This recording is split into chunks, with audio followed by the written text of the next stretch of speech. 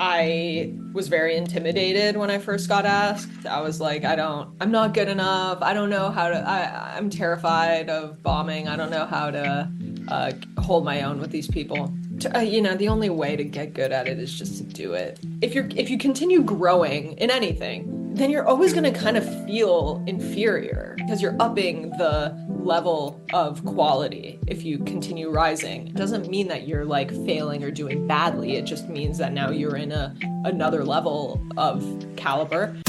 Welcome to Not in a Huff with Jackson Huff, where we interview newsmakers, storytellers, and all-around interesting people. Sit back, relax, unless you're driving, and enjoy the show. Here's Jackson. Hello. I am Jackson Huff. This is Not in a Huff. Thanks so much for joining me. As always, really appreciate it. This week, speaking with another comic, amazing conversation, speaking with Zara Mizrahi. Now, Zara, we have a really fun conversation just about growing up. She grew up in an interesting household, one that is a Mexican Jewish household. And when I first heard that, I mistakenly thought, oh, she's half Jewish and half Mexican. Not the case. We're going to talk about that. And it kind of gets deep for a second when we talk about just the migration of religions around the world. But I promise we don't stay there very long. Because what we're mostly going to talk about is just her amazing career in stand-up and then also her career in voiceover work. She's actually somebody who does the voiceover work in Family Guy, and the work that she does is very interesting. It's a world that I didn't even know existed. She's part of the Loop Group, which we're going to talk about what that means. If you didn't know, I certainly didn't know before researching her a bit. So it's really, really interesting. We're going to talk about some of the other voiceover work she's done. We're going to talk about her own podcast and her extreme distaste, where that's putting it mildly, but her feeling that there's conspiracy theories around soup. And part of it obviously is a little bit of a joke, but part of it's very serious to her, and she's created a podcast around that, which makes it seem kind of funny. Which of course it's a funny conversation. I'm speaking with a comic, but I think this is really a cool conversation too, just about all kinds of really amazing things. I threw in kind of a quick rapid fire game question answer thing. I like to do that definitely with comics and people where it's a more light interview. But I think you're going to really, really enjoy this one. I learned so much just about the world of comedy, about the world of voiceover work, even though I've had comedians and voiceover people on before. I learned a ton from Zara as well. And then I learned a ton, in the early part just about the Mexican Jewish heritage, which there is a large group of Jewish people in Mexico, which I had no idea. So this is a really fun conversation. Here is Zara Mizrahi. How are you, Mizrahi? I'm good. I like the last name intro. Yeah, I almost wasn't able to say Ms. and Mizrahi together, but I made it work. So just do the heavy lifting yourself and introduce yourself. I'm Zara Mizrahi. It's so nice to be here. Thank you for having me. I really appreciate it. Well, thanks for agreeing to join me. I appreciate that. I want to kind of just jump right into things, and let's talk about you as an LA native. That's uncommon. A lot of people are in LA and they're transplants from all over the place. I just talked to a comedian, was it last week? She lives in LA now, but she is from Arkansas, so quite different. What was it like kind of growing up in LA? And then a little bit, I guess, more specific. We just talked before we started about how you have a Jewish heritage and a Mexican heritage. I thought it was kind of a half and half situation, but it's not. It is just apparently, I don't know whether they've got synagogues in the middle of Mexico, but you guys are fully Jewish, but also Mexican. So a lot packed in there. But talk about childhood, I guess, as long as it's not going to make you cry. It won't make me cry, fortunately. I've grown out of that phase. I I it's hard to like think about the the like objective reality of your childhood because when I grew up I was just like this is life, but I All right. obviously did not know that growing up in one of the biggest cities in the world is really unusual. But I did grow up in the industry, so I did a lot of childhood acting and modeling. And my mom was a writer. She was like a journalist, and my dad was a clothing manufacturer. So it was sort of creative entertainment adjacent kind of. And it wasn't until I grew up that I was like, oh, that was actually really unusual. But I think the answer for like what is a childhood like in LA is it's actually not very childhoody. It's not very like play in the streets. And sorry, my AC just turned on. Let me turn it up. It's not really like ride your bikes around in the street and then go get a hot dog somewhere. It's very much like if you walk to school, look around you, there could be weirdos anywhere. Like, I mean, but what's weird about that is that I was like, okay, cool, this is life. Like, I didn't really think that that's like a scary way to grow up. But the 90s in LA were a particularly kind of stressful, rageful time in LA. But the music was awesome, and I loved the music talking about LA, like Dr. Dre and Snoop and Tupac. And I mean, there are just so many things that I grew up with that I didn't really have perspective on, I guess. So it was like, I guess that's like kind of a long answer to your question. It was interesting to get like right into the heart of a city. I felt like I was kind of right in the middle of what America is about, I guess, in the 90s, early 90s is when I was born. And then but at the same time, like having your family around you kind of softens any of the toughness of the city. So my family's really tight, and it's a really big family. It's a Jewish family. So there's like a weekly Friday night hangout. There's like a dinner that's been a tradition in my family for decades and decades. Like, I mean, obviously for Jews, like forever, but my family was really big on doing the Friday night dinner. And I think that that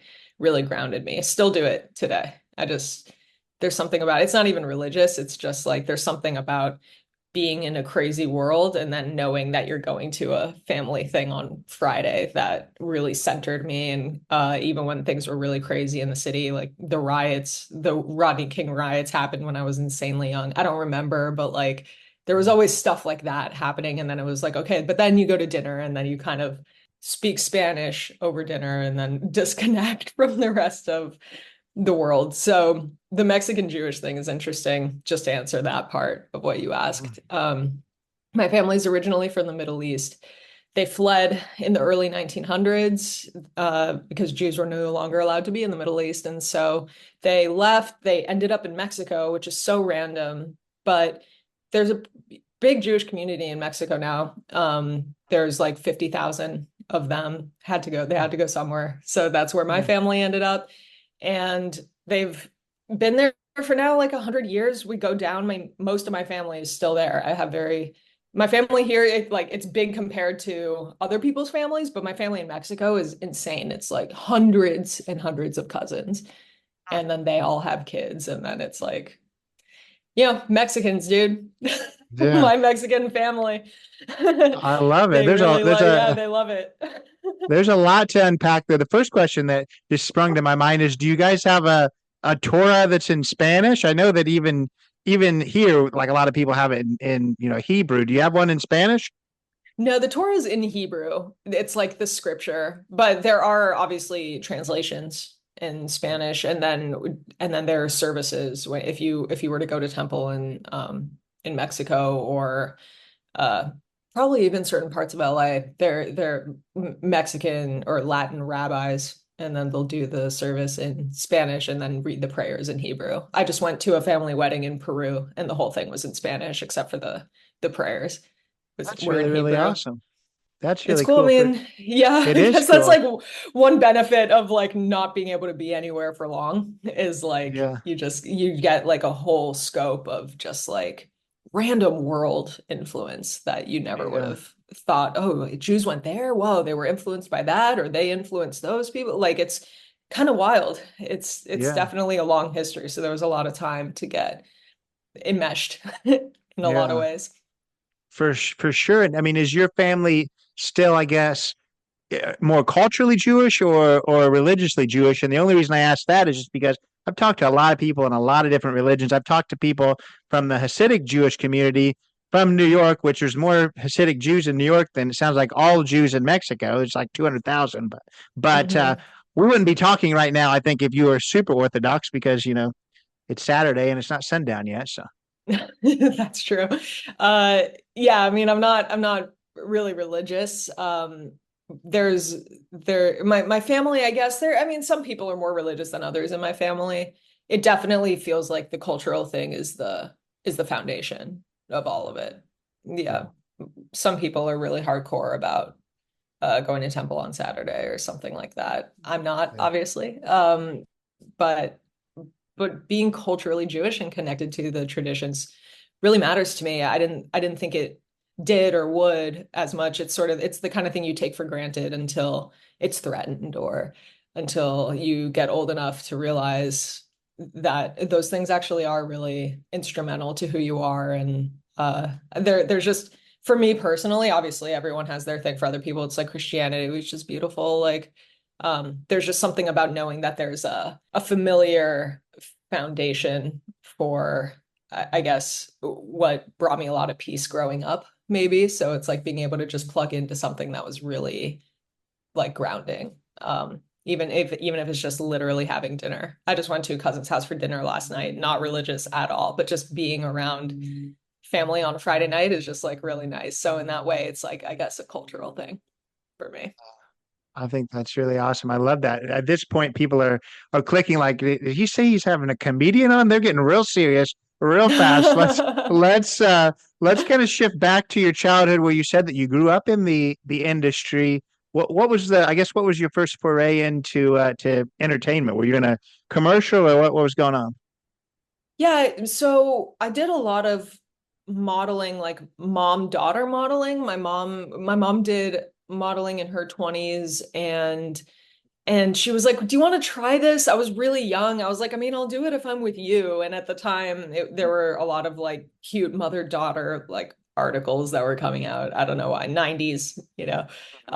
So we did a lot of that stuff together and then I got an agent for commercial stuff, and then I did like a Western dental commercial. I did some work for Disney, and I remember I just didn't enjoy it, which was really strange because I ended up right back in the industry in my later years. But as a kid, I was like, this is stressful, man. I don't really like going into rooms and having to impress people on the spot and compete with other girls. I just didn't like it. And that's still my least favorite part of the industry, which is why I love doing social media actually, because it just like takes me out of the competition thing for one job. But that's a separate thing. We'll talk about that later. When I was a kid, I did work and I was booking and there was just one point during the Disney thing, I just saw the sass from the other girls. I remember this one girl in a bathroom was like, "You should probably go home because I heard they're looking for a blonde." It was like we Mm, were like five. I was just like, mm, this is gross. What? Like, even as a 5-year-old, I was like, you should be more of a 5-year-old, kind of, yeah, like there yeah. was there was just this uh like jadedness, I guess, that happens. It just happens to you. How do you not? It's such a crazy industry. It's very competitive and dog eat dog kind of thing. So that's just not my vibe. I was just like, I don't think I want to do this anymore. I don't like auditioning even. And if you don't like auditioning, there's no way, especially in the 90s, there's no way to not do this if you don't like auditioning. So my mom, to her credit, was like, great, you don't need to do it anymore. No reason to like keep doing something that you don't like. So I retired. I took my M&Ms and I put it in my safety deposit box and I uh stopped for a long time. And then when I was a teenager, I was really struggling in school and I was like, this doesn't feel like it's my thing. I'm creative. I think differently. I'm having a hard time learning in a conventional way. And I don't think I want to go to college because I want to do something creative and I'd rather start right out of high school. And again, my mom, to her credit, was like, great. Like, if you can get your high school diploma somehow, and if you want to be able to go to college at some other point, great. So I took the California High School Proficiency Exam, which some people call the GED, but it's actually called the CHESP. I mean, that's a really bad acronym, but I took that and passed. So I got my high school diploma from the state, not from the school I was going to. And so I could go to college whenever, but I ended up leaving high school when I was 16 and just kind of went right back into acting and really studied and trained. And I did voiceover training. And then one thing led to another. And before I knew it, I was doing stand up. And I started stand up when I was about 20. And the rest is history. Yeah. So, I guess, how did you realize that you were funny? Was it something that, throughout your childhood that you've always kind of been a funny person? Was it something that you had to really develop because that was a passion of yours? Or when did kind of that come to the forefront that you wanted to get into entertainment and you wanted to kind of do it in a comedic way? Yeah, that's a good question. I feel like humor was always a really big part of my spirit. I was always very goofy. Before I remember like before being able to really talk and form sentences, I was doing jokes. Like I remember doing impressions of my mom reading the TV guide with her glasses on. TV guide is definitely dating me, but it was the book where you could see everything that was on TV. I have to say, I don't know how old your audience is, but I feel like I have to It's just it's a wide variety, but it really skews older than I am. I'm actually normally I always say, I'm around your age. I'm actually exactly your age, almost to the day. I'm born June 22nd, 1991. Aren't you no like, way. yeah, so we're Yeah, we're very, so very close. close. That's Yeah, so funny. Okay, so yeah, you remember. yeah. Yeah, that makes sense. Yeah. Yeah, I mean that was the Bible for moms in the Mhm. 80s and 90s, you know. So I just remember my mom religiously like highlighting or circling the things that she wanted to watch that week. And I remember putting on her glasses, being like, I'm mom now, like doing bits as like a kid.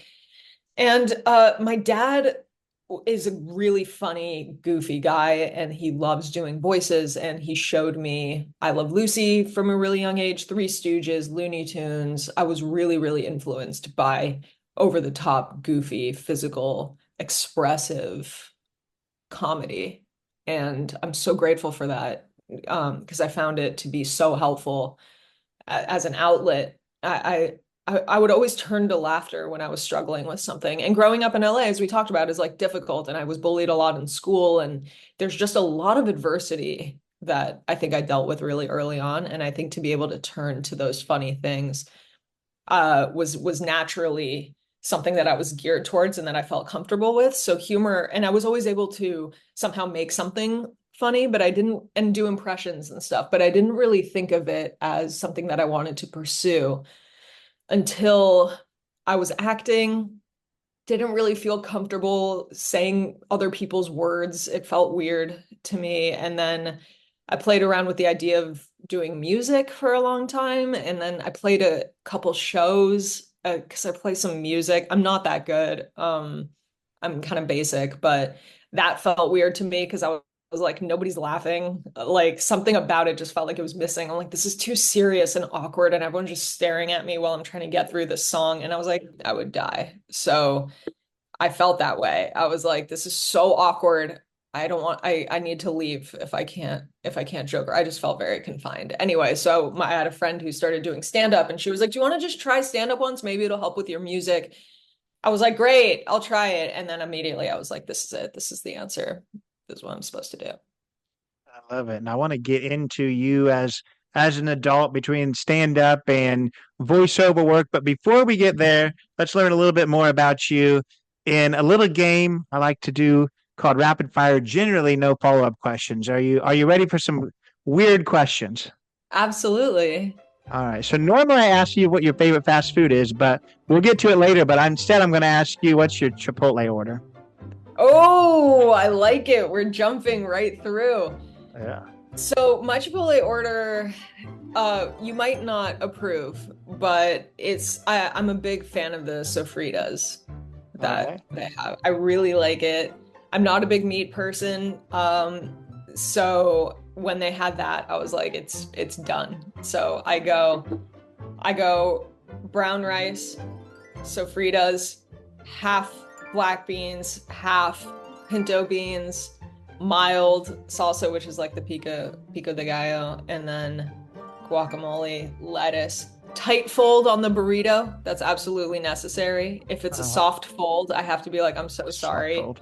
We need this to be a little more packed tight, you know. Do you make them If refold these burritos? if it's spilling out, I'll be like, hey, if it's just kind of loose, let it go. You know what I mean? Some things are just like not going to be perfect.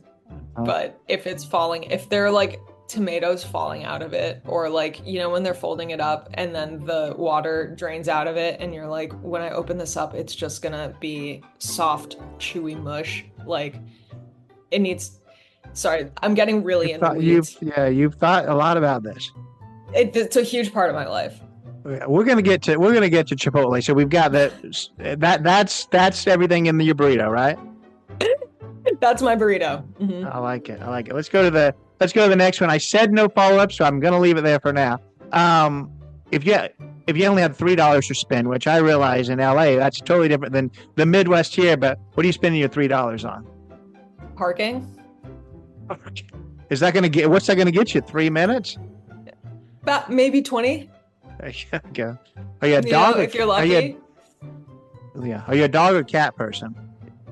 Dog.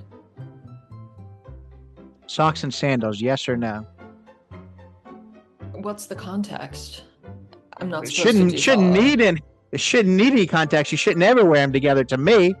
But what if you're like going down to do laundry or something? Yeah, I don't know. Or is it? I feel like this is something that you do then, which is disappointing. But no, I don't. I just want to make sure that I'm thinking of all the possibilities before I write something off. Then let's take it to heading to Chipotle. Is that allowed? Oh no. No, you can't make your feet open burritos. I like that. The burritos have to be burritos, you know? I like it. If you weren't named Zara, what's another name for you? And I am going to give you some context here. I have 2 signs. This one, I had to break this one out in my closet to be able to make your name, because my other sign is actually sitting here. I only have 1 Z. You've ruined me with your 2 Z's. So if you Sorry about that. maybe take the Z out of your first name. What would be another name? Which you have such a cool name. I hate this question for you, but what would my like runner-up name be? Yeah, what do you feel? What else connects with you? What other name? Oh geez, I've never been asked that before. I mean, my middle name is Rose. People called me Rosie growing up. But that never felt right. Now that I'm talking about it, it actually doesn't feel like a good answer. Geez, I honestly don't know. If it was like Burrito Fan 25, I would be like, great. All right, well, let's go with it. Burrito Fan 25 Mizrahi. It works for me. Earlier you talked about music. What's one song that when it comes on, it's got you dancing, it's got you singing, and then conversely, what's one song it immediately makes you, roll your eyes and turn the station? Turn the station. I also really appreciate the kind of 90s signal too. This just feels really good to hear somebody else just mention. I said TV Guide, you're talking about changing the station. This is really good. Yeah. And I thought about that when I wrote that question a long time ago. Like, I'm going to talk to young people that are going to be like, turn the station. What are you talking about? This is my Spotify playlist. But I've kept it that way. So you're the first person that appreciates it. So I love it. Yeah. How do you adjust your antennas to make sure that you're getting the proper signal without much static? Let's see. I mean, right now, I'm getting re-obsessed with Bo Burnham's whole catalog. So they're like one of what's that? What's the Can't Handle This is one that like when I hear it, I'm like it speaks to my brain. I don't know, like something in my brain turns on and then I like walk a little faster. or more aggressively maybe, but then it also makes me really sad and then I slow down. There's like a lot of his songs take me through like a whole spectrum of emotions, and I guess I've kind of felt like that recently. Like everything that's going on in the world is like so extreme. So to hear music that kind of exercises my emotional brain a little bit, that's what's been scratching that itch for me recently. And then when it comes to like changing the station, um I'm really over Kendrick Lamar right now. Um it's like, okay, I get it. Like, you don't like Drake, I understand. I guess that's the one where yeah, the most recent song where I hear it and I'm like, okay, it's there are more songs out there, you know. I like it. I like. Let's move back into where I can actually ask you follow-ups afterwards, and let's talk about voiceover. How did that start for you? I've talked to people who I've talked to a lot of voiceover actors, whether they're at the end of their career that have been doing it since the '60s, and I talked to somebody who used to do the voiceover for the Academy Awards. And so what got you into it? Because I know I've heard you talk in other podcasts, and you recognize that that's a hard world to break into, and it's only getting harder. So how did you break in? Complete accident, honestly. Like nothing that I've successfully done has been on purpose. And that kind of freaks me out because I've put so much effort into things that Mhm. don't really go anywhere. I mean, I don't know if that's entirely true. I mean, stand up was a complete accident, but obviously you put a lot of one puts a lot of work into it to continue. So obviously I'm like, that's working. But like the way I got into it was a complete accident, very similar to voiceover. So when I started doing, I always knew I was good with voices. I love doing impressions and accents, and I had a lot of fun experimenting with expressions and sounds. And I'm a very auditory person, so for some reason, I'm able to have more control over my voice than I thought I did, or something. And I think playing music also honed that a little bit. And I was working at an advertising company doing copywriting for their commercials. So I wrote commercials for years for people to read for the radio or TV. And one day, one of the actors fell out. And my boss was like, do you think you can read this? And I was like, I mean, I'll try. Ended up being exactly what I wanted to do. So I ended up doing commercial voiceover for several years. And a lot of the time I had to record elsewhere. There were times where I couldn't record in our office. So I have a friend whose booth I would use from time to time, and then I would also use it when I was auditioning for random animated shows or parts or whatever. And I think over time he kind of saw that I was maybe getting a little better, getting more comfortable, knowing how to experiment a little more, and my range was kind of growing. And he happened to do a lot of work with Family Guy and American Dad. And again, one morning, one of their actors fell through, and they called me at 9:45 in the morning, and he was like, "Dude, can you be here in 30 minutes?" And I was like, uh, yeah, sure. I just need a shower and blah, blah. And then I was like, wait, what am I talking about? This is voiceover. I do not need to get ready. I just get out the door and get there. And I did. And fortunately got invited back a bunch. And now that's like a semi-regular thing that I do. I mean, knock on wood. It's been like over 30 episodes now that I've done for both of those shows. And I feel insanely lucky to just have been there, right moment, right time, available. Just the other day I was out of town and they called me again, like the night before I was supposed to be there. It was like, damn, I wasn't able to go, you know, but that's that's freaking Hollywood, man. Like just people falling out and just like happen, like if you happen to be there, then like amazing. But literally everything that I've done has been by accident, which is kind of wild when I think about it. Because I'm like, wait, should I just like stop trying to do things on purpose and like see what happens? Yeah, that is an existential crisis for sure. If you just think about, oh, everything is has been a mistake. Maybe I don't need to keep trying. But no, I think about it I a lot. Yeah. Do you ever go, do you ever have that experience? Or is everything like pretty, does everything come back? Is the ROI normal on like everything that you try to do?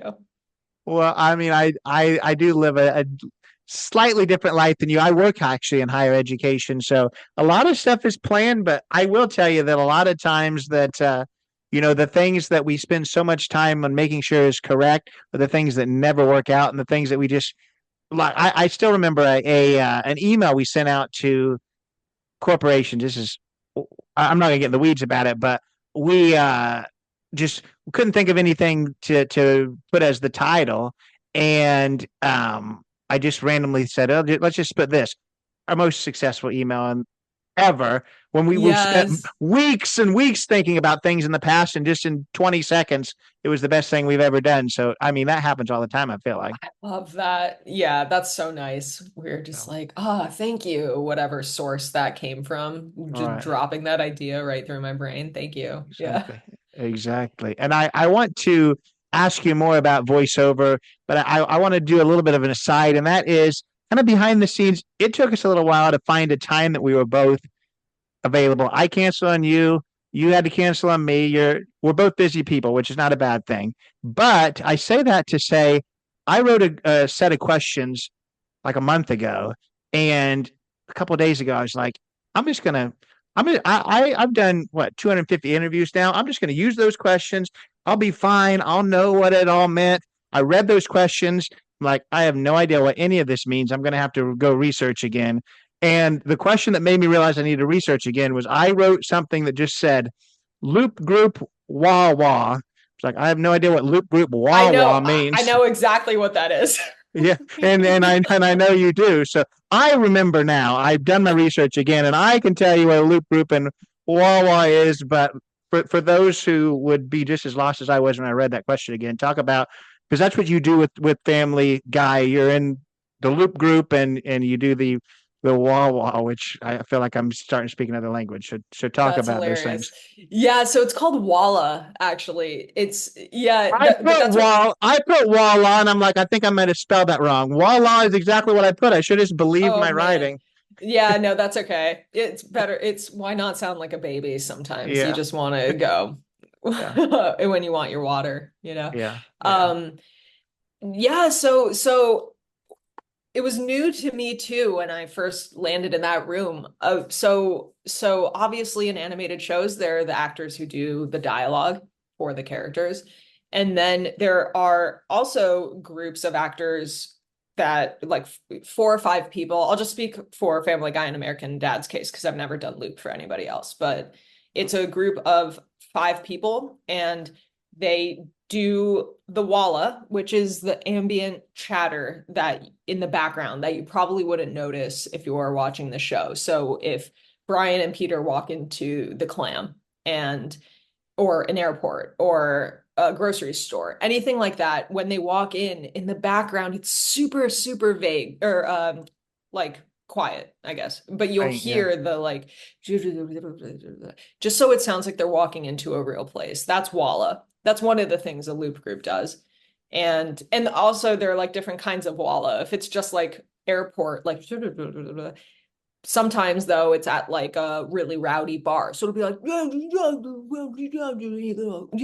like in the background just to give it the energy of the real place so it sounds more legit. And then also they do what's called efforts for the characters. So efforts are anything that isn't explicit dialogue. So screams, grunts, coughs, moans, breaths, landing down. So if a character like jumps and goes when they land back on the floor, or for example, if like Meg gets thrown down the stairs 12 times, then you count the amount of steps and you go, okay, she falls this many times, and then the you match the effort to the mouth. So if the mouth is open, you go like down the stairs.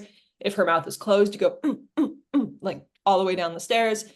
And it's that we have to watch the clip, see exactly who you're doing the voice for, and then match the lips and match the whole expression. If someone gets hit by a car and they go like, what? And then like exit the screen, then you have to like know how long and then end right when they leave. So it's a simple job, but it's not an easy Oh job. yeah. And it's interesting because the people who are in that group have been doing it for decades at this point. They're really insular. It's hard to break in. I'm like the new kid there, and I'm just trying to learn. I was trying to learn from them. It literally took me 5 years to get comfortable in there. Uh and it's a interesting job because you can't really practice it when you're not in the room. So the sessions are pretty short, but I try to learn as much as possible and get better as much as possible when I'm in there because it's not something I can get better at outside of the work. Are they willing to teach, or they're like, that is not the sound someone makes when they get by a car?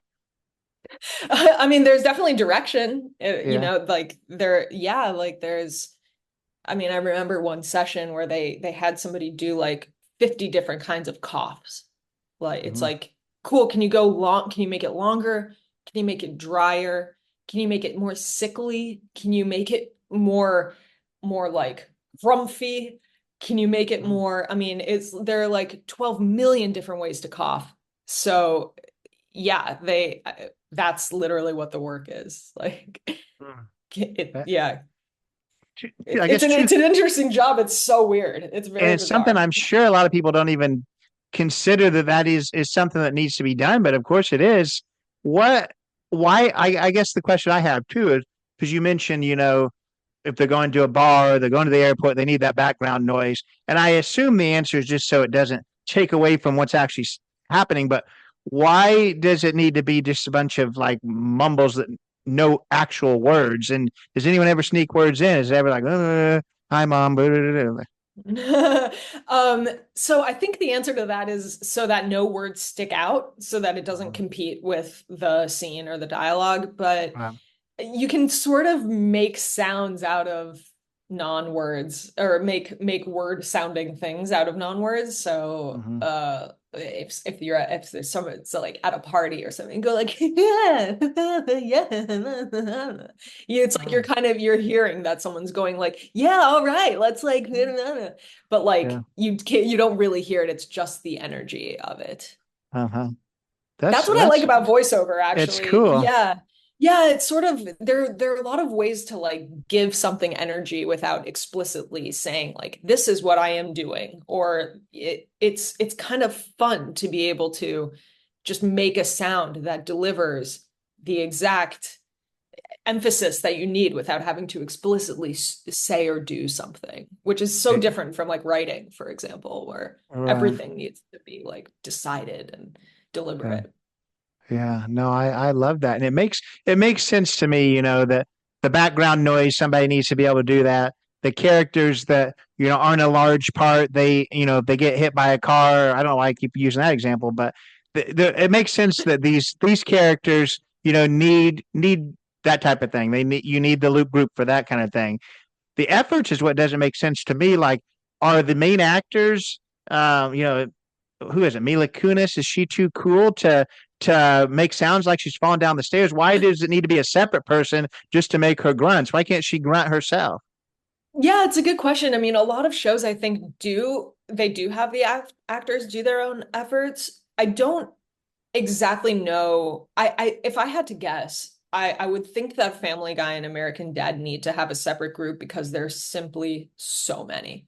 Like it's such a technical show that and I didn't really know until I started working on it because I was just a fan and you don't really notice those things before you actually like are in the room. But the cue sheets are pages long. I mean, it's like in American Dad, the amount of outdoor scenes that need Walla are so long. They're like minutes at a time. There's so many exterior scenes, and with Family Guy, there's so many cutaways, so many, and like the loop group takes care of all the random cutaway stuff. Like you're more lame than a chicken on a stick, whatever. And then it like goes to the chicken on a stick. And then we have Mhm. there, it's like every 2 seconds in that show. So it's just like, it's a whole job in and of itself for sure. And it's a different contract.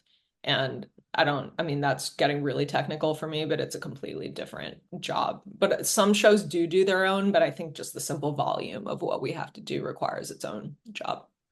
That makes sense. What are some of the because you talk about how you've had to do so many different sounds. What are some of the, I guess, the coolest opportunities you've had when it comes to just the, we're going to talk just a minute about your actual, when another show that you do voiceover work for, but just in the sounds that you've had to make, what are some of the coolest or strangest things that you've had to come up with a sound for? Yeah, so I think in the one that sticks out in Family Guy, there was like a demon ornament or something that it was like something was cursed. I can't remember exactly, but it was like it was one of those like cursed skulls or something that was in a creepy shop. And it sort of like panned to this creepy skull and hung on it for a few minutes, and it was supposed to, like, the scary music came on, and then we had to do the sound of like a demonic possessed item. And that was kind of strangely hard. Like, everyone had a different idea of what devils sound like or what demons.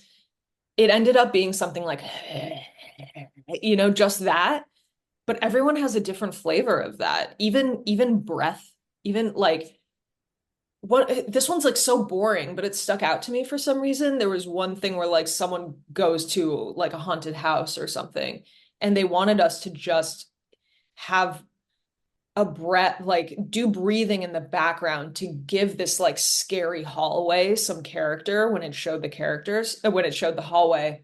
So they literally had us all just go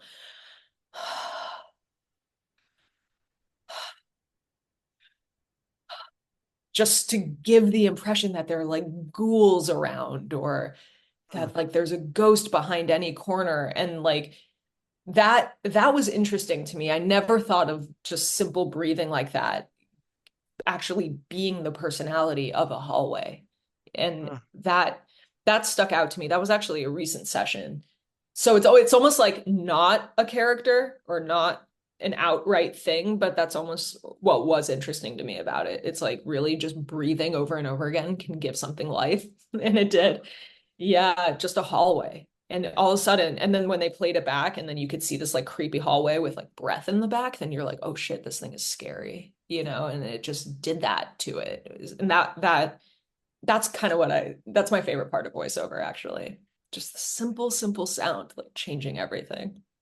I love that. That's really, really awesome. Something people would never even think about. And we've got to remember too, we're talking about kind of a quote unquote silly type show that has so much depth behind it. I think that's really, really awesome for sure. I want to talk now about some of your other voiceover work. You're in another show, not doing, the Loop Group, correct?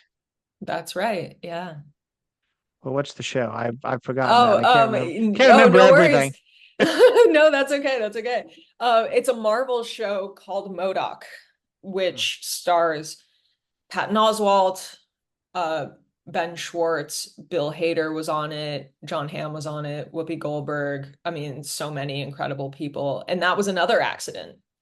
This is what's so weird, is that like I love doing voiceover and I'd be thrilled to do it for the rest of my life, but I have never booked anything I've auditioned for legitimately.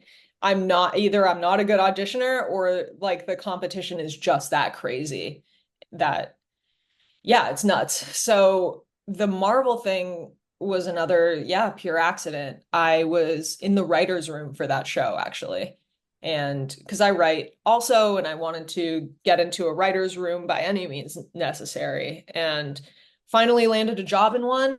And it happened to be a first season show, so a lot of the characters were not cast yet. And because it was something between Patton also being a stand-up comic and seeing me do a show just coincidentally, like while we were in the room, combined with the showrunner, Jordan Bloom, being an absolute wonderful human being. The writers and EPs were just, it was just a lucky combination of folks. And The execs were great people. They all I ended up reading the stage direction for the table reads, which should I explain what that is? Yeah, I, go I ahead. want to I just um so when shows are getting made before they actually shoot the episode, they do what's called a table read, where all the actors come to read at a table their part. So it's kind of the first time the executives, the writers, the director, everybody hears the episode out loud for the first time, and then they can make adjustments before it's finalized.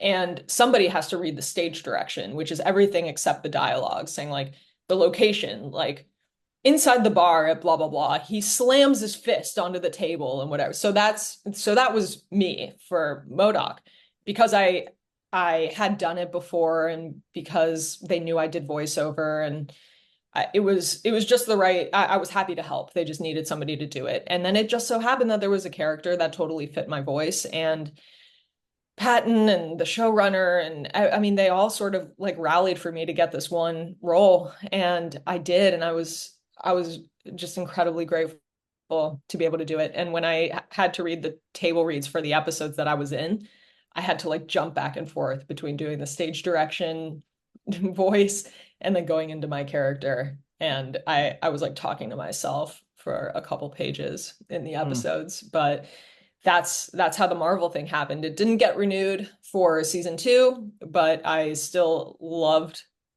working on it and am so proud of it. And to have been in the writer's room the whole time and see it being made from the ground up was an experience that I'll never ever uh, take for granted. It's a unique lens that I was very fortunate to have.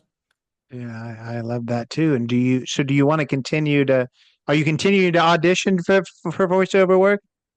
I haven't been auditioning for voiceover work. It's No. really it's odd. I mean, like I'm sure I will at some point.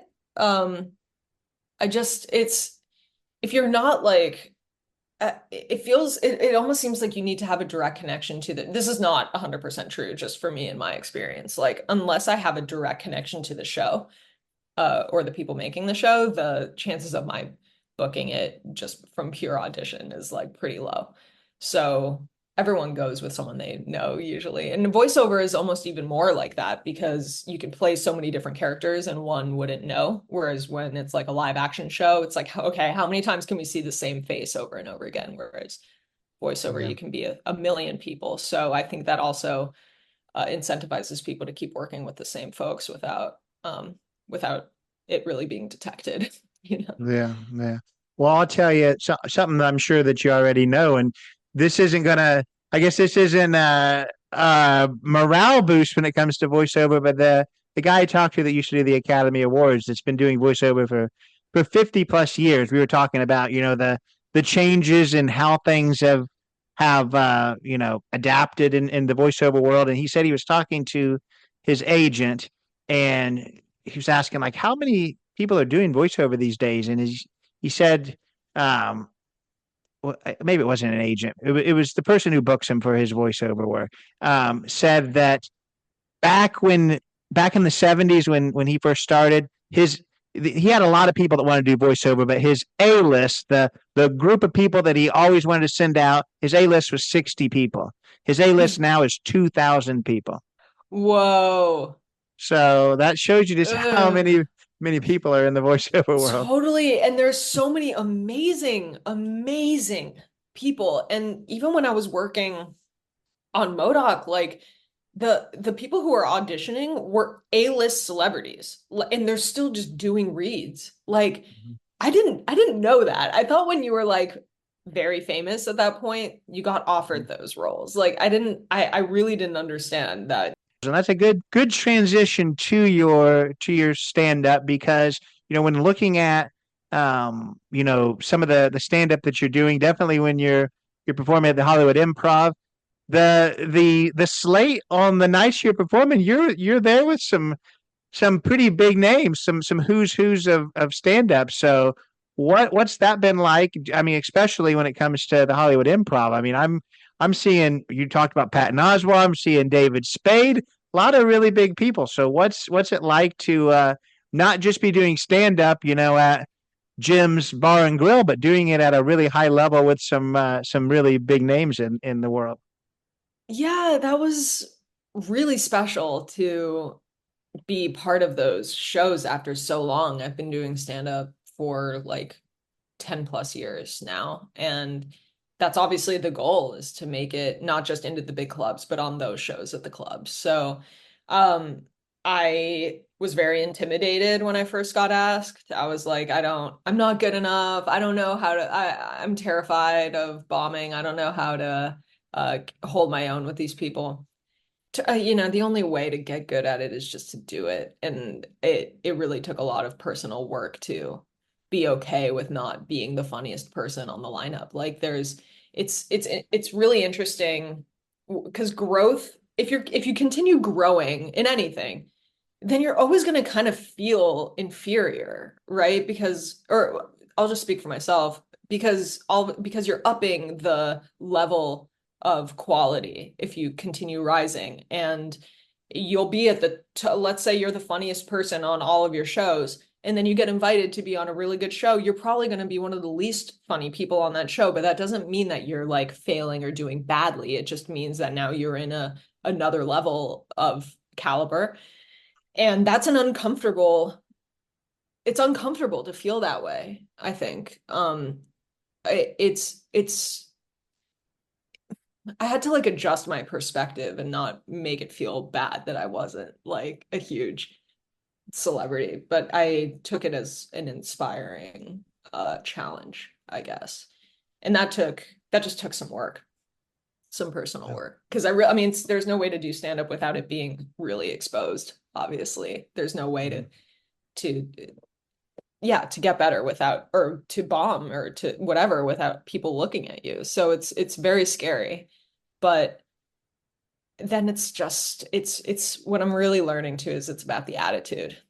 It's it's if you it's how you hold yourself, how I hold myself. I'll just speak for myself, like um I can feel in my gut when I'm centered and I feel like I belong there. And then there are times where I'll do those shows and be like, I'm a fraud. I don't belong here. But then it's like, okay, but it went okay. So just because you feel that way doesn't mean that it's not supposed to happen. But that's the only way to really get better and test yourself. And that's really the most I could hope for, I guess. And yeah, being at that club is such a joy. It's probably where I feel most comfortable now in LA, because I've done so many of those shows there. And I just love the management. I love the space. I just love it. Yeah. Yeah, I don't think I've ever spoken to a comedian that doesn't say a form of what you just said about how they get on stage and they think, I am not any good. Why am I doing this? It's I've wasted all this time. I think that's just like a normal dialogue people have. I talked to one that said it's the same thing. They'd been doing it for about 10 years, and they said exactly what you said. Have I wasted 10 years? No, I'm not funny. Why am I doing this? Then they said, you know what? I just decided I've not been doing this for 10 years. I've been doing this for 2 years. I'm just going to tell myself I've been doing it for 2 years. And for 2 years, I'm doing really good. Maybe not 10 years, but for 2 years, I'm doing really good. Um, so I think that's normal. But my question, I guess, based on what you just said, is not something I would have even thought about. Do you think that that's the whole, wanting to be the funniest person in the lineup and being uncomfortable with maybe not being, but that's kind of what it takes to continue to rise, to get on those better bills, better bookings, to not be the funniest person? Do you think that's what potentially holds some people back, that they're just not comfortable with that, that uncomfortableness? I feel like I could see that there's definitely in Los Angeles and probably New York, a lot of places, that there's probably people that just like, man, where I am right now, I'm the funniest person. I'm headlining these smaller shows, and they're just afraid to do that next step. Do you think that that's a thing, or do you think I've just made that up in my head? Oh no, I'm sure that happens. Yeah. I'm super sure that happens. Why, I mean, why would you give up being the king of the castle? If you're from Canada, or if you're from not California or New York, there's so many ways to be one of the big fish. Like if that's the goal, then like hell yeah, there are so many ways to do this, you know. I just I just have so much respect and love for comedy, and I want to be so good at it that I want that challenge. I want to know how much better I can be. And there are some people who like they're just like, no, I just want to do my thing and I want to stay here and like this is where I'm happy and I can get spots whenever I want. And this is my it's like if that was my goal, then it would be perfect. You know, I like being on shows with David Spade. I like being on shows with whoever, Arsenio or any of these people who are just amazing performers and it just reminds me of what's possible. It's, I mean, what better way than just to see like some of the best comics in the country like doing their thing regularly and um it's a special thing. It's really cool to see people so much later in their career really hold up and see what it took for them to continue doing what not just what they love, but what feels true to them. And that's inspiring to me too, now that I've been doing comedy for a long time. I really enjoy seeing people in uh it, I guess deep into their career continue to make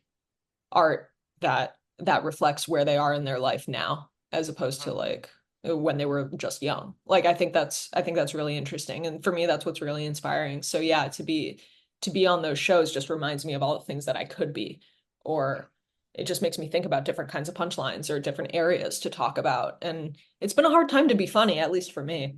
So just the world's very serious right now. So it's like it's really cool to see some of the best performers in the world doing it. And then I'm like, okay, it's possible. They talk about this thing and that's a really cool area, or they do this kind of punchline. I never thought about that. So it's an amazing way to continue being inspired and reminded of this beautiful art that we do and all the ways to do it. Yeah.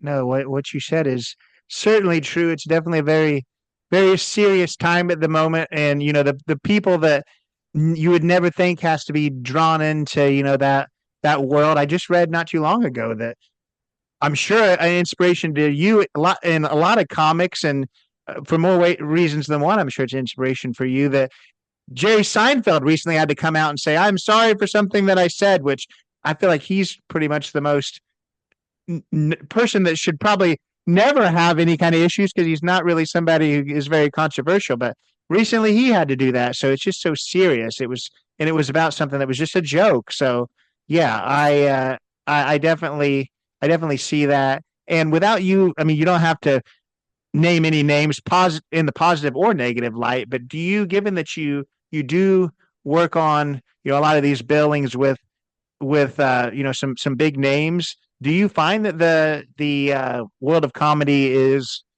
a supportive one, for people who are trying to continue to get better? Is it more like watch and learn and that's all you're going to get, or do you find people, these comics being supportive of people who want to break out as well?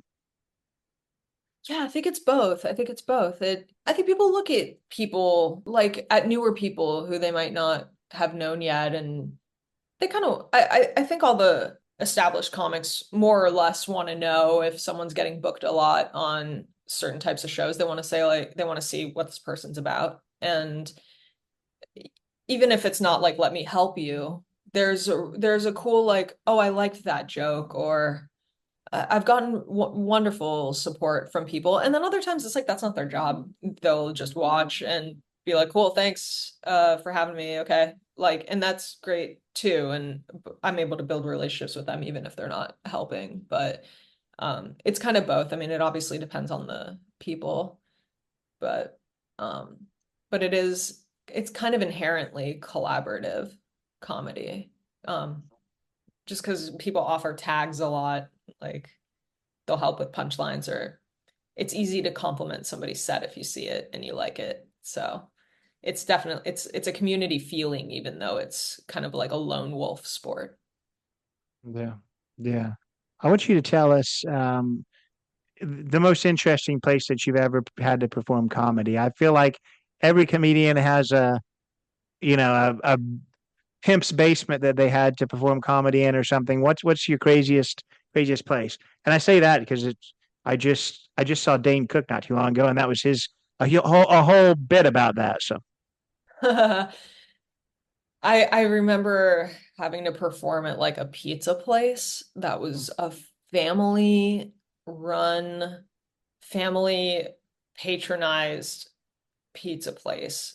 Like it, there was not a stage. It was this it's so funny. I haven't thought about that for years, but it was like in Glendale or something, and it was which is like a random little city and like it's like an LA suburb, and it was definitely it was like a Tuesday night. People are there with their kids. It was one of those like red and white checkered tablecloth places where people like that people just wanted to be there and hang with their family. And then this show was like, cool, we're gonna interrupt your little family dinner to do some comedy for you guys. And it was like a little amp and a microphone literally just like in the middle of tables. And I was like, this is everyone's worst nightmare. Like nobody wants this. Like whose idea was this, you know? Like to just interrupt everyone's dinner and there are kids there and there's not even like a state. There's nothing worse than surprising people with comedy, you know? Like Surprising people with comedy. Yeah. if you're gonna do comedy, people should probably know that that's what's happening. Otherwise, it's not a fun way to have to do a show. Yeah, I can only imagine that for sure. I want to well no, let me ask you one more question about comedy.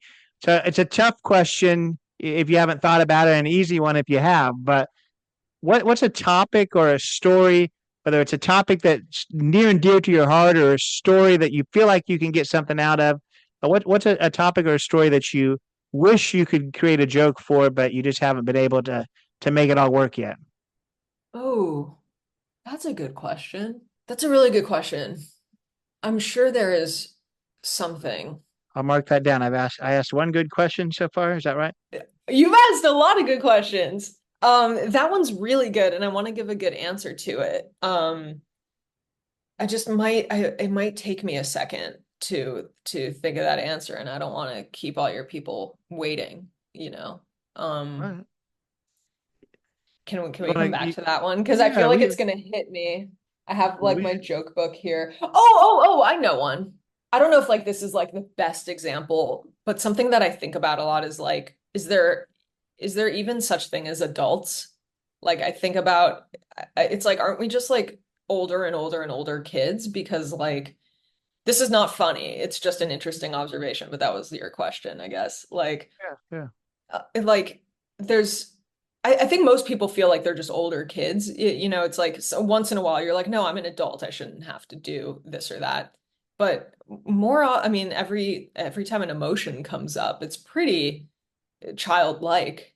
And the way we get hurt or the way we get excited, those are all very like childlike experiences. And so I kind of look around and I often think like, oh, these are just a bunch of like big kids walking around on the street and driving cars. And then I'm like, oh man, is there just like a big kid flying this plane right now? Is there just like a big kid who's in the Oval Office, like calling the shots on like nuclear war and like, you know, like all that stuff. And that's true for any country, for any, you know, any pre. And so those are things that I think about where I'm like, uh-oh, like this is a huge playground and we're putting a lot of trust into these kids, you know. Um I and think that's you're not onto something something. that I've yeah, like it's a cool idea. I just don't know exactly what to do with it. But I think about that kind of often, I guess. So even if Oh, it's not a joke, it's something that I like that's on my mind. I feel like it could be worked into something. I mean, you had my head bobbing, so that's what you're looking for sure. So I guess, yeah, yeah, something relatable. I like it. And, a lot of people say this, but just when it comes to, everyone feeling like a big kid, we just talked about our birthdays are very close. So we're both 33 years old. I have no children. A lot of people have said this in the past. It's been a joke in the past, but still with me, I have friends that, are getting pregnant and still in my mind, I'm thinking, oh my God, are they, have they told their parents? Like, I feel like it's just still like a weird thing, but I'm on the other end of things, obviously, where it's like, you know, almost at the end of it where, yeah, they're getting old. But yeah, I feel like that would be like crazy. I'm married, but still, if I were to start having kids, I feel like that would be, I don't know. I feel like I'm a teenager or something, and I would have to. I don't know. Yeah, I do Yeah, think you're that too that's a young. thing. I'm too young. Yeah, for sure. I'm with you, man. Like the early 30s are an interesting age. Like it's definitely where you still feel you're like I can relate to people in their 20s, right? Like we're all kind of in the same thing, but then you hear someone say that they're 26 and you felt like you were on the same level, and then you're like, "Oh, I'm like significantly older than you." It kind of I'm starting to feel that a little bit of like, "Oh shit, I'm in this like in between youth and real adulthood thing." And that Yeah, it's an interesting in between place to be in, like one foot in, one foot out of youth and like for real life, I sure. guess. 30s are just weird too, just because, and I may be completely alone in this. I've said it to other people and they look at me like I'm crazy, but for some odd reason in my head, and maybe it's just my crazy head, somebody that's 38 or 39 sounds older to me than somebody who is 42. For some reason, late 30s sound old to me and early 40s do not, which I don't know. It's just something weird in my head. Somebody says they're 38. I'm like, yeah. And then 42 sounds, I don't know. I feel like you just have a transition in your early 40s and people feel younger to me, which I don't know. So I think weird, but I that's might have the answer to that actually. It sort of feels like 38, 39 is really at the end of youth as we think of it, whereas like 40 is a young, like not adult, but like young older person. It's sort of like that tier thing we were talking about where like you're the oldest of the young people at 38, Mhm. 39, and then you reach your like early 40s and now you're the youngest of the old people. It's Yeah. I think that's probably why. You're And you're I agree probably with right. you. I Yeah, like it. people who are like 38, 39, you're like, "Oh, you're doing it. You're doing it." And then 42, you're like, "You still got time, baby. You're Yeah. good." I like that it would have been funnier for you just to be like, nah, you're just crazy. So I like that you appeased me. I mean, if I can relate, I relate, Yeah. I won't leave you hanging. I like that. And I want to now, we talked about it way early in our conversation. I'm gonna put them together just because we're starting to run out of time. And that is something you love, which tell us why you love Chipotle so much, and then something you don't love so much, which is two Pandora's boxes I know that I'm opening and putting in one question, but your love of Chipotle and your hate of soup. Yeah. Oh my God. Yeah, complete opposite. When I think about Chipotle, I just think about like a big, delicious pillow that I love biting into and even sleeping on if I have to. But you have a Um, burrito thing behind you, don't you? that's a burrito blanket. Yeah. Yeah. I I forgot that that was in the frame. Yes. Uh, Um, I would just love burritos. I'm very passionate, clearly. Soup is the opposite of that. I think soup is one of the most, it's not even a food. I'm like, what is this? Is it a beverage? Is it chewable? Am I six? Am I 85? I don't like anything about the consistency. Here's the thing. Okay, sorry. You opened up a huge soup box just now.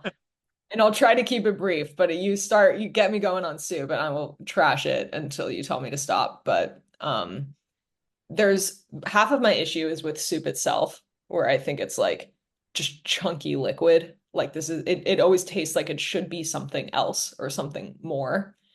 So that's half of the issue. And then the other half of my issue with soup is soup people and how obsessed they get with soup. If you start to question like, "Oh yeah, no, I'm good on the pozole. Thank you." People lose their minds. And there's no other food that has people in a chokehold like that. Like I've never if you tell people no thanks, like I'm not really into asparagus or mushrooms. They're like, "Okay, cool." And they move on. I do that all the time with people. There's something about saying that you don't want soup that drives people fucking crazy. And when that happens, I'm like, okay, you're in a cult, right? Like that's what this is about. Because what other explanation is there? So then this whole idea started where I was like, okay, some sort of cult or like big soup conspiracy, trying to like control people's minds. So I just decided to do a deep dive, and it started as a joke, kind of, and then I started looking into soup history and the origin of Campbell's, and I mean it goes on, and there's like just enough evidence to actually prove that there is a big soup conspiracy out there. Yeah. And and so I've made that like a very big part of my creative effort Yeah. in out in the world. I just want to open people's eyes, you know. And It's you not that you good. and you are opening eyes. You even created a podcast on it. And when I was trying to figure out questions to ask, I had to figure out, okay, is this like this soup thing kind of a bit that I don't want her to have to go into too much, given, that could be part of her act, which it may be part of, it may be a little bit of a bit, but I do feel like you're at least mildly serious about all of this. Yeah, no, no. People are like, I love that your character hates soup. I'm like, no, no, no. Excuse me. I fucking hate soup. If someone is like serving soup at a dinner or whatever, I can deal with it. I'm not gonna freak out. I'm not gonna shame anybody for liking it. Yeah. But it's the reaction to you not liking it that really drives me up the wall. I like it. And you have one episode of this soup podcast so far, right? Is more to come, or have you uncovered everything and that's all that needs to be said? No, no, no. There's more coming. It's such a huge project Yeah. that it cannot be a weekly thing. I'm doing it myself. It's really Yeah. hard to, I mean, producing a podcast is so much work, even when it's not scripted, even. So half of Yeah. my stuff is scripted because I'm uncovering like real articles uh and interviewing people who are like in and around the soup world. So it just takes a lot of effort, and I'm editing it myself and everything, so it's going to be kind of like a passion project. When I can do it, I will do it. And they're just going to come out when they come out. Until I have a team around me, it'll just be when it comes out. Yeah, well, we have to just kind of to wait and in anticipation for that for sure. So, in wrapping things up, the question I'm sure you get quite frequently, but we've got to ask people that are listening and they want to break into comedy, they want to break into voiceover. What advice do you have? With comedy, there's zero barrier to entry. It's quite easy. Most cities have open mics. And if not, freaking start one somewhere. Open mics are so easy. Any small theater, any little bar, it can literally be like a laundromat. I've done open mics at laundromats. Like it just anything to get on stage in front of people, learn what it feels like to hold a microphone and have to say things in a way that makes sense. That's that's huge. That's like the first step. Just get on stage, just do it. There's only so much prep or thinking about it one can do before they just have to get into stand up and try it. And they might do it and it feels awful. And then it's like, okay, great. I'm glad I know. Or it might feel amazing. And then you're like, great, I need to like just keep running this mic and seeing what happens. So that's my advice for comedy. Literally just do it. That's what I did. I didn't think about it very much before I did. And I just knew that it was what I was supposed to do. So the answer becomes pretty clear. And then in terms of voiceover, that one's hard. That I don't really know. The way I started was really taking classes. Obviously I live in LA, so the options are just easier. There's just more out here, but I'm sure there are a lot of like Zoom classes and stuff. And then I just started experimenting and learning what voices I'm good at, what I can really highlight with my range and tone. So once I learned what that was, I made a reel with my characters, and then I have a reel for my commercial work as well. And um and then I just went from there. That's probably like the place to start. Just like learn and experiment. Yeah, I love it. Tell us how we can follow along with you, how we can hear that first episode, where we're going to find that, where we're going to find all things Zara.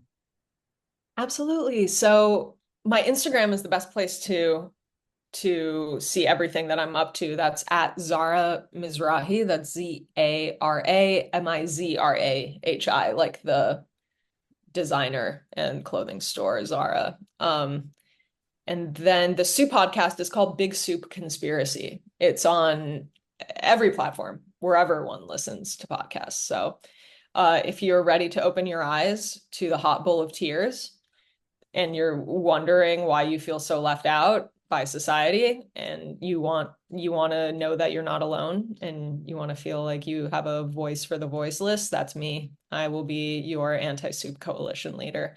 And more episodes coming soon. I interviewed one of the writers and producers of Seinfeld to talk about the Soup Nazi episode, and we uncovered a lot there too. So that's coming out soon. I'm editing that right now. So there's a lot coming. There's really is, I mean, all the other conspiracies are a distraction as far as I'm concerned. Anti-vax, flat earth, all these distractions, man. Big Soup is really what we need to be worried about. So that's my mission.